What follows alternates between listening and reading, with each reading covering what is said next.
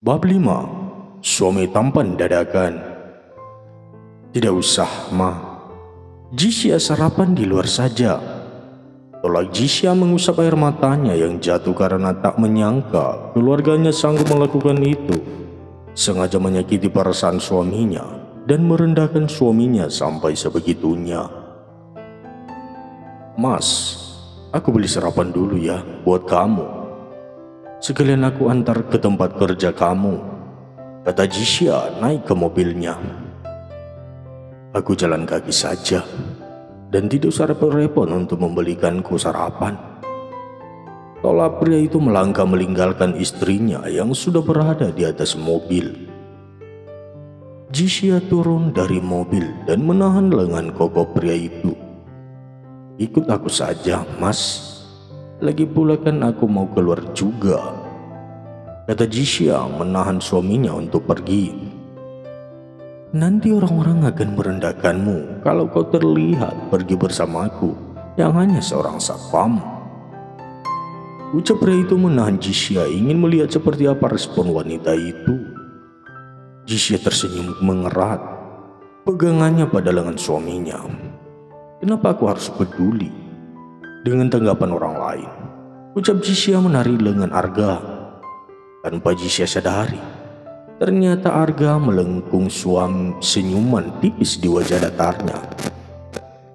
Kau memang pilihan yang terbaik, tapi aku masih ingin melihat sejauh mana kau mampu bertahan. Setelah mengantar sarapan untuk suaminya, Jisya langsung berangkat ke toko kosmetik miliknya. Tiba di toko, ia melihat ada laki-laki yang tempo hari pernah menawarkan diri untuk menikahinya. Hai, Nona Angkuh, sapa Rian mengelilingi wanita itu sembari memperhatikan penampilannya dari atas sampai bawah yang membuat Jisya risih dengan pria itu. Ada perlu apa Anda datang kemari? Tanya Jisya menunjukkan rasa tak suka pada pria itu. Tersenyum miring dan ingin memegang dagu Jisya yang langsung ditepis oleh gadis itu. Jaga sikap Anda, Tuan. Jisya melangkah ke kasir dan mendudukkan diri di sana. Kau tahu, kau wanita pertama yang menolakku. Tak ada seorang wanita yang pernah menolak pesona seorang Rian. Ucap pria itu angkuh sembari mengedar pandangannya dalam toko Jisya. Hanya wanita bodoh yang tertarik denganmu, gumam Jisya. Anda sudah selesai, Tuan. Tanya Jisya tiba-tiba. Kau mengusirku. Saya tidak mengusir Anda, tapi mungkin Anda melihat pintu yang luas di sana itu. Jadi silakan Anda keluar, karena ada banyak pelanggan yang ingin datang kemari. Dan saya juga sangat sibuk. Tersenyum tapi dengan bibir yang mengucapkan pengusiran secara halus. Rahang pria itu mengeras saat wanita di depannya terang-terangan menolaknya.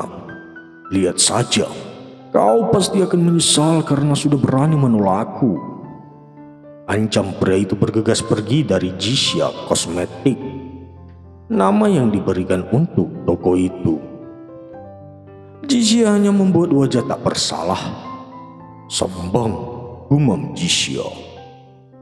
Tanpa sadar sudah menunjukkan 6:30 dan Jisya baru saja pulang. Pulangnya gadis itu dia tidak pulang ke rumah papanya, tapi dia malah ke rumah suaminya. Tiba di sana Jisya melihat seorang wanita yang sedang berbicara dengan suaminya sembari tersenyum manis. Jisya juga tidak mengenali wanita itu, karena ini pertama kali Jisya melihat wanita itu. Melihat Jisya datang, wanita itu langsung menghentikan pembicaraan dan beredar pergi. Bola mata Jisya mengikuti langkah kaki wanita itu, karena menyadari wanita itu sangat seksi dan mempunyai tubuh yang bohai. Siapa dia, Mas? Sepertinya dia bukan penghuni kompleks ini, tanya Jisya pada suaminya.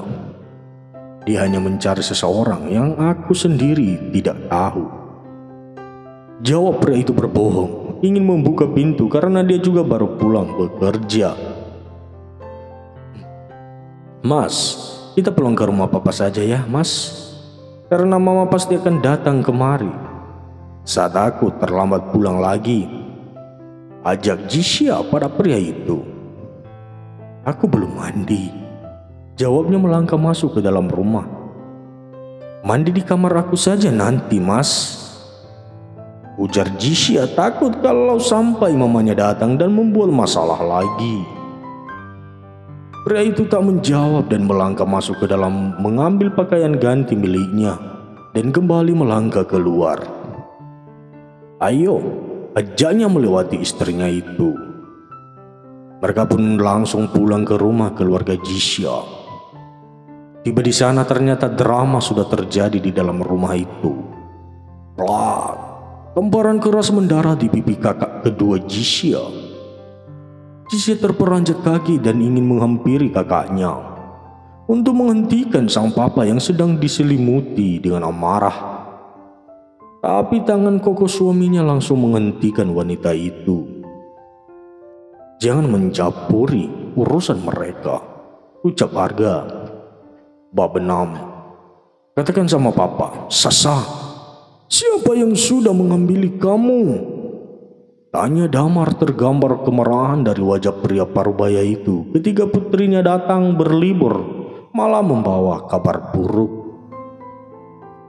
Jisya tersentak, kaget sehingga menutup mulut ketika dia mendengar kakaknya yang sedang hamil, tapi wanita itu belum menikah.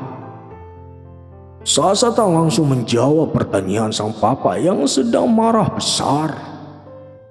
Dia hanya menangis dan menunduk, tak berani untuk mengangkat pandangannya. Kembali Damar ingin memukuli anaknya itu, tapi dengan segera Mama Sua langsung menghentikan suaminya. Cukup mas, bagaimana Sasa ingin menjawab pertanyaan kamu kalau kamu terus saja mengancamnya seperti itu? Bagaimana dia akan berbicara kalau Mas tidak memberikan putri kita kesempatan untuk memberitahukan kepada kita apa sebenarnya yang terjadi dan siapa yang sudah menghamilinya? Ucap Sua membela putrinya. Tergambar kemarahan dari wajah pria parubaya itu yang berusaha dia untuk menahannya. Sekarang katakan, siapa yang sudah menghamili kamu? Tanya Damar masih terlihat begitu marah. Sasa masih diam dengan pandangan yang ditundukkan, juga tangan yang bergetar. Sasa, apa kamu mendengar pertanyaan papa pada kamu? Tanya Sua sebelum putrinya itu kembali diamuk oleh papa Damar. Dengan terbata-bata Sasa berusaha untuk menyebut nama laki-laki yang sudah menghamilinya itu. Mal. Ucapan terhenti seperti tak mampu untuk melanjutkan kata-katanya itu. Katakan dengan jelas Sasa, jika kau berkata seperti itu tidak akan ada siapa yang tahu apa yang ingin kau sampaikan, bentak Damar. Malvin yang sudah menghamiliku. Usai mengatakan itu, Sasa kembali bungkam dan menunduk dalam. Semua anggota keluarga yang mendengar nama yang disebutkan oleh Sasa barusan membuat mereka semuanya terperanjat kaget, seolah tak percaya, tapi itulah kenyataannya. Apa katamu, Malvin, laki-laki yang tidak datang ke pernikahannya bersama adikmu 2 hari yang lalu, sehingga membuat adikmu memilih menikah dengan seorang satpam miskin itu? Ucap Damar untuk memastikan jika dia tidak salah dengar apa yang diucapkan oleh putrinya itu. Jisya masih terdiam seolah tak percaya dengan apa yang dia dengar. Tidak menyangka ternyata selama ini kekasihnya itu telah mengkhianatinya bersama kakak kandungnya sendiri, dan kini malah telah menghamil anak dari mantan calon suaminya itu, juga mantan kekasihnya. Ada perasaan sedih bercampur kekecewaan ketika mengetahui ternyata pria yang begitu dia cintai dan terlihat baik selama ini di hadapannya hanyalah seorang sosok pria bajingan yang tidak pantas dan tidak seharusnya dia cintai. Karena pria itu begitu pintar berpura-pura, sehingga dia benar-benar berpikir jika Malvin adalah laki-laki yang baik. Mama Sua menggelengkan kepalanya saat mendengar putrinya malah hamil dengan pria mantan calon suami adiknya. Panggil Malvin untuk datang kemari. Suruh dia untuk mempertanggungjawabkan perbuatannya pada kamu. Tiba-tiba Damar tidak lagi sekeras tadi, dan raut wajah pria itu parubaya itu juga sudah terlihat berubah dan tidak lagi menyeramkan seperti tadi. Ada-ada saja, kehidupan kalian ini sudah seperti drama. Yang satunya ditinggal nikah oleh calon suaminya dan memilih menikah dengan satpam miskin.